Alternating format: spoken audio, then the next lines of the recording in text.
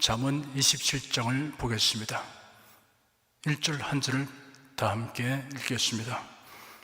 너는 내일 일을 자랑하지 말라. 하루 동안에 무슨 일이 날는지 네가 알 수 없음이니라. 인간의 지적 능력은 유한합니다. 내일 일어날 모든 일을 틀림없이 예고할 수 있는 사람은 없습니다. 개인, 단체, 국가는 미래지향적이어야 합니다. 미래에 대하여 계획하고 실천하는 것이 발전의 요인입니다. 하지만 계획한 그대로 다 될 것이라는 장담은 누구도 할 수 없습니다. 그래서 만약을 가정하여 대비책을 세웁니다. 이런 적절하고 지혜로운 조치입니다. 전치는 사람에게 물어서 불안감을 해소하거나 대책을 마련하는 행위를 해서는 안 됩니다. 이런 하나님이 엄격하게 금하신 행위입니다. 구약시대 이스라엘에서는 하나님께서 선지자를 통하여 장래일을 말씀하시고 어떤 방책도 주셨습니다. 이스라엘 왕들은 선지자에게 묻기도 하고 선지자가 하는 말을 존중하였습니다. 그런데 사탄이 거짓 선지자들을 통하여 왕들이 참 선지자의 훈계와 예언을 배격하게 하였습니다. 그러나 이스라엘은 하나님의 징벌을 받았습니다. 사울 왕은 선지자 사무엘의 훈계와 경고를 무시하다가 사무엘이 죽은 후에는 위기를 만나자 오히려 무당에 가서 물었습니다. 이런 사울 왕이 하나님께 버림받은 사유 중에 하나입니다. 다윗 왕은 항상 하나님께 묻고 선지자의 말을 경청하였습니다. 오늘날은 하나님께서 성경을 통하여 하나님의 뜻을 알게 하여 주십니다. 어떤 예언도 성경으로 분별해야 합니다. 우리가 내일 일어날 일을 다 알지 못하지만 하나님의 말씀에 부합된 계획을 하고 겸허한 자세로 하나님의 인도를 구하면 하나님께서 섭리하시고 인도하여 주십니다. 2절 한 절 읽겠습니다. 타인으로 너를 칭찬하게 하고 네 입으로는 말며 외인으로 너를 칭찬하게 하고 네 입술로는 말지니라. 성도들은 하나님께 인정받기를 힘써야 합니다. 그리하면 다른 사람의 칭찬이 따르기 마련입니다. 혹 다른 사람이 알지 못하거나 칭찬하지 않는다고 하여도 하나님께서 잘했다고 칭찬하신 일을 하는 것으로 만족할 수 있어야 합니다. 사람의 칭찬을 받으려고 하나님께 외면당하는 행위를 하는 것은 미련한 까닭입니다. 오직 기도와 믿음으로 수많은 고아들을 돌보았던 조지 뮬러는 이렇게 기록했습니다. 나는 어느 날 죽었다. 자신에 대하여 죽었고 타인의 칭찬에 대하여 죽었다. 그날부터 오직 하나님께 인정받기를 힘쓰노라. 다른 사람이 너를 칭찬하게 하라는 말씀은 다른 사람이 칭찬할 만한 생활을 하라는 뜻입니다. 예수께서 말씀하시기를 너희 빛을 사람 앞에 비치게 하여 저희로 너희 착한 행실을 보고 하늘에 계신 너희 아버지께 영광을 돌리게 하라 하였습니다. 자화자찬하는 것은 삼가야 하지만 부득이한 경우가 있습니다. 바울 사도는 자신을 폄훼하는 사람들로 인하여 신자들의 오해와 전도에 지장이 초래되기 때문에 그를 해치려 하는 자들의 비방이 터무니없다는 것을 밝히기 위해 부득이 자신에 관한 자랑을 하게 됨을 용납해달라고 전제하고 자랑할 만한 일을 언급하였습니다. 3절 한 절 읽겠습니다. 돌은 무겁고 모래도 가볍지 아니하거니와 미련한 자의 분노는 이 돌보다 무거우니라. 자기의 감정을 다스리지 못하고 분노하는 사람에 대한 비유적 표현입니다. 분노할 일이 있을 때 일단 자제하여 이성적이고 신앙적인 생각으로 여과시킨 후 감정을 표출하도록 해야 합니다. 그렇지 않고 기분 내키는 대로 분노하면 미련한 자의 분노가 됩니다. 이런 분노는 정신과 육체에 돌보다 더 무거운 부담을 주어 손상을 입히게 합니다. 4절 한 절 읽겠습니다. 부는 잔인하고 노는 창수 가까이와 투기 앞에야 누가 서리요. 분노는 제어하기 어려운 감정이며 파괴적 결과를 가져옵니다. 시기, 질투는 분노보다 더 심각한 사탄을 초래할 수 있습니다. 가인과 아벨이 각각 하나님께 제물을 드렸는데 아벨은 하나님이 아담에게 계시하신 말씀을 믿고 그대로 제물을 드렸으나 가인은 자기가 생각한 방식대로 제물을 드렸습니다. 하나님께서 아벨과 그의 제물은 받으셨으나 가인과 그의 제물은 받지 않으셨습니다. 가인이 분하여 그의 얼굴빛이 변하였습니다. 그의 마음에 시기, 질투심이 가득하게 되었습니다. 하나님께서 가인에게 말씀하시기를 네가 왜 화를 내며 왜 내 얼굴빛이 변하였느냐? 네가 선을 행하였으면 왜 얼굴을 들지 못하겠느냐? 그러나 네가 선을 행하지 않으면 죄가 문 앞에 도사리고 있을 것이다. 죄의 소원은 네게 있으나 너는 그것을 다스려야 한다 하였습니다. 가인은 하나님의 말씀을 듣고도 시기, 질투심을 다스리지 못하여 동생 아벨을 들로 불어내고 방심한 동생을 쳐 죽였습니다. 시기, 질투심을 다스리는 길이 있습니다.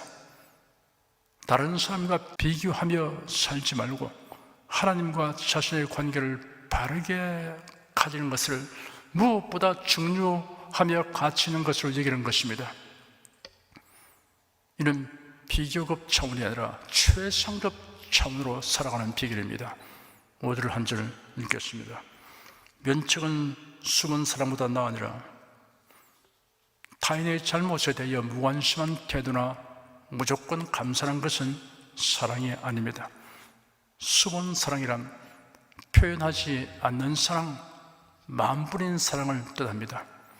선한 동기에서의 꾸짖음은 마음뿐인 사랑보다 낫습니다.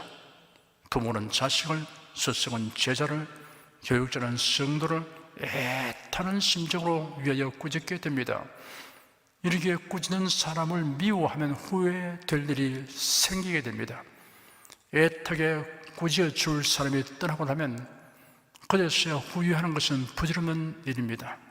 6절 한 절 읽겠습니다.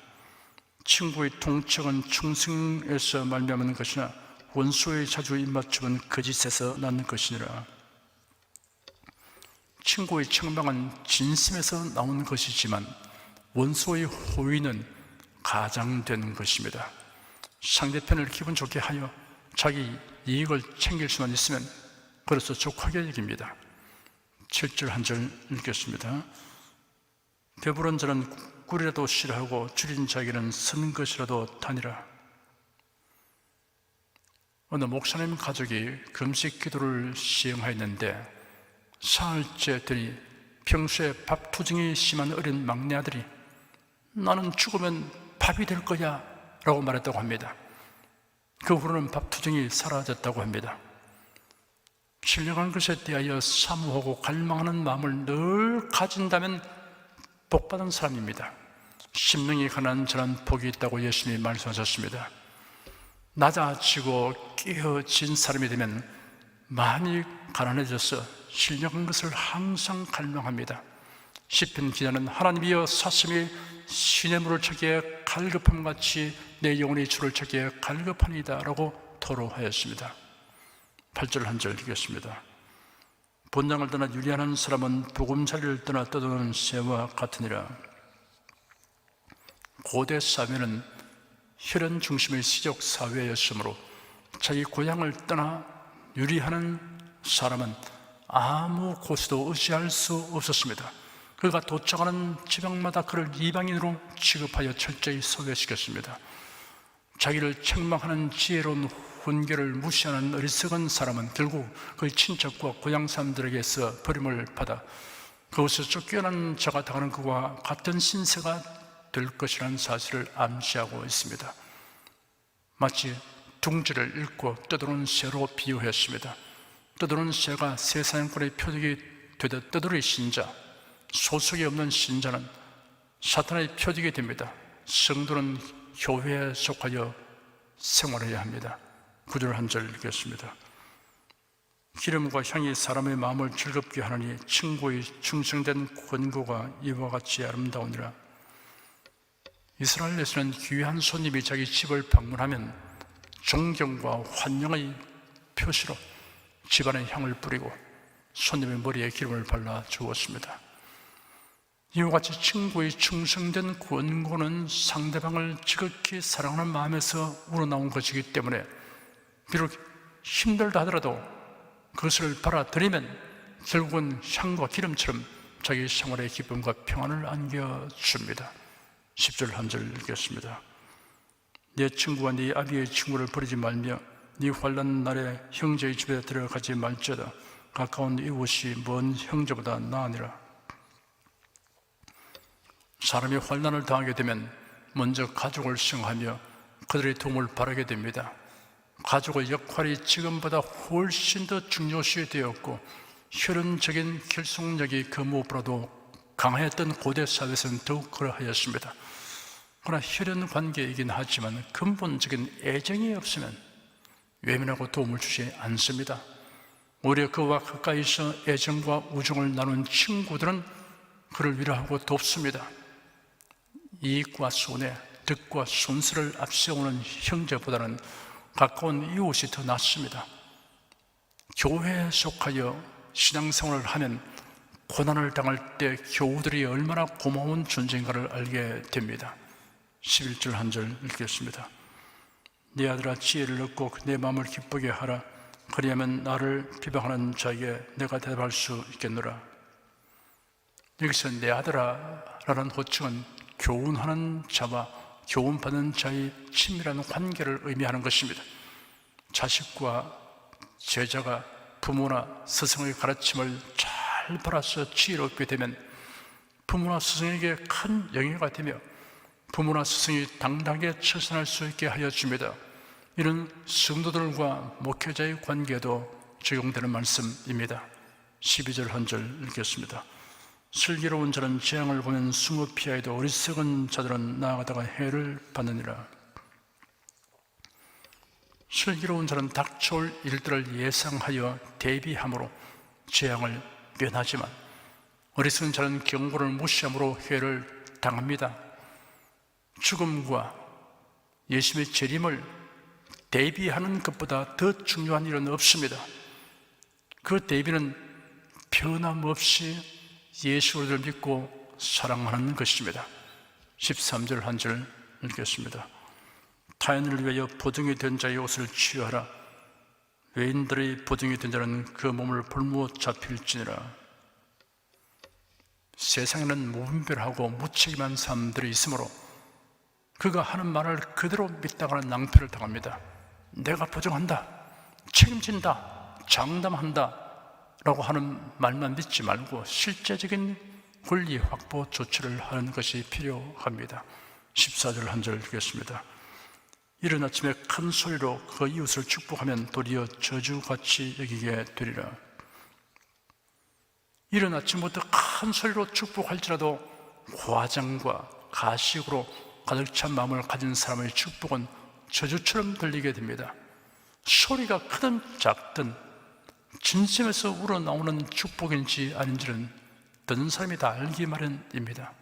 15절 16절 두 절 읽겠습니다. 다투는 부녀는 비 오는 날에 이어떨어진 물방울이라. 그를 제어하기가 바람을 제한 것 같고 오른손으로 기름을 움키는 것 같으니라. 지나치게 잔소리하고 걸핏하면 다투는 성격의 소유자는 주위 사람들을 불안하게 합니다. 자기 말이 옳은 것만 생각하지 말고 듣는 사람의 심리도 헤아려야 합니다. 바람을 제어하거나 기름을 움켜쥐는 것이 불가능하듯이 이런 성격의 사람을 제어하기란 정말 어려운 일입니다. 17절 한 절 읽겠습니다. 철이 철을 날카롭게 한 것 같이 사람이 그 친구의 얼굴을 빛나게 하느니라.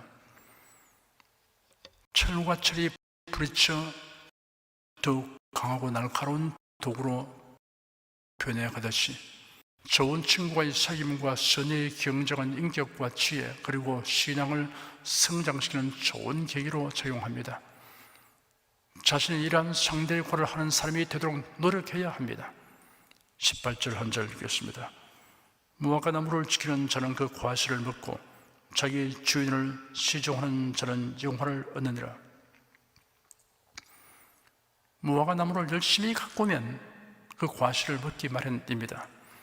이것이 성실한 일꾼은 보상을 받게 됩니다. 눈가림과 안위를 도모하지 말고 주인의식을 가지고 성실히 노력해야 합니다. 19절 한 절 읽겠습니다. 물에 비치면 얼굴이 서로 같은 것 같이 사람의 마음도 서로 비치느니라. 맑고 고요한 물속을 들여다보면 자신의 모습을 볼 수 있듯이 서로 비슷한 감정과 사고를 지닌 다른 사람을 통해 자신의 상태를 발견할 수 있습니다. 타인을 대할 때는 무심히 지나치지 말고 그 사람의 모습에서 자신의 모습을 발견하고 성찰함으로써 자신을 보다 새롭게 하고 향상시키려 하는 지혜로운 태도를 가져야 합니다. 20절 한 절 읽겠습니다. 음부와 유명은 만족함이 없고 사람의 눈도 만족함이 없느니라. 음부, 세월과 유명, 아바돈은 사후의 세계 또는 멸망당하는 자들의 처소로 여겨졌던 장소를 가리키는 표현들입니다. 아무리 많은 사람이 죽음에 이르러도 음부와 유명을 다 채우고 만족시킬 수 없는 것처럼 사람의 눈, 탐욕에 가득 찬 사람의 욕망은 결코 만족함이 없다는 사실을 말하는 비유적 표현입니다. 하나님께 감사할 줄을 모르는 사람의 눈에는 불만스러운 것만 보입니다. 21절 한 절 읽겠습니다. 도가니로 은을, 풀무로 금을, 칭찬으로 사람을 시련하느니라. 은과 금은 도가니와 풀무로 연단하듯이 사람은 칭찬으로 시험해 볼 수 있습니다. 칭찬을 받으면 교만해지고 더 이상 노력하지 않는 사람이 있습니다. 칭찬에 합당하게 처신하려고 노력하고 더욱 향상하기를 도모하는 사람이 있습니다. 22절 한 절 읽겠습니다. 미련한 자를 곡물과 함께 절구에 넣고 공의로 찌을 자도 그의 미련은 벗어지지 아니하느니라. 미련한 사람은 부드럽게 가르쳐도 변화가 없고 거칠고 엄격하게 가르쳐도 달라지지 않습니다. 그 이유는 발전하려는 의지와 배우려는 생각이 없기 때문입니다. 23절 한 절 읽겠습니다.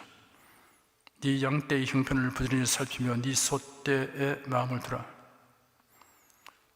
남의 일에 참견하는 시간을 보내면서 자기 일은 덩어리 하는 자가 있습니다. 성실한 사람은 자기 임무를 수행하는 것에 마음을 둡니다. 24절 한 절 읽겠습니다. 내 저 재물은 정정이 있지 못하나니 멸류관이 어찌 대대에 있으랴. 재물과 명성이란 영속성이 없습니다. 힘써 하늘의 보물을 사는 자가 되어야 합니다. 예수께서 말씀하시기를 오직 너희를 위하여 보물을 하늘에 쌓아두라. 거기는 좀이나 동록이 해하지 못하며 도적이 구멍을 뚫지 못하고 도적질도 못하느니라 하였습니다. 25절에서 27절까지 읽겠습니다. 풀을 벤 후에는 새로 음이 돋나니 산에서 꼴을 거둘 것이니라. 어린 양의 털은 네 옷이 되며 염소는 밭을 사는 값이 되며 염소의 젖은 넉넉하여 너와 내 집 사람의 식물이 되며 네 여종의 먹을 것이 되느니라. 근면을 독려하는 말씀입니다. 부지런한 사람은 기회를 포착하고 선용합니다. 그래야 소유물을 유용하게 잘 관리하여 모든 필요를 충족하게 합니다. 기도하겠습니다. 자만스를 상고하면서 일상생활에서의 지혜와 함께 죽음과 주님의 재림을 대비하는 지혜에 이르기까지 배우고 깨닫게 됨을 하나님께 감사드립니다.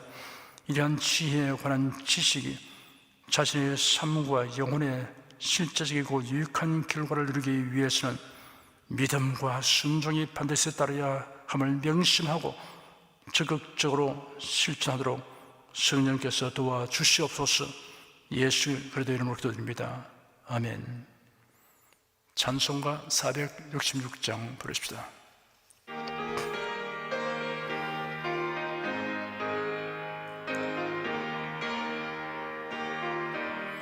나 어느 곳에 있든지 늘 마음이 편하다. 주 예수 주신 평안함 늘 충만하도다. 나의 마음속이 늘 평안해. 나의 마음속이 늘 평안해. 악한 죄 파도가 많으나 마음이 늘 평안해. 내 맘에 솟는 영생수 한없이 흐르니 목마름 다시 없으며 늘 평안하도다.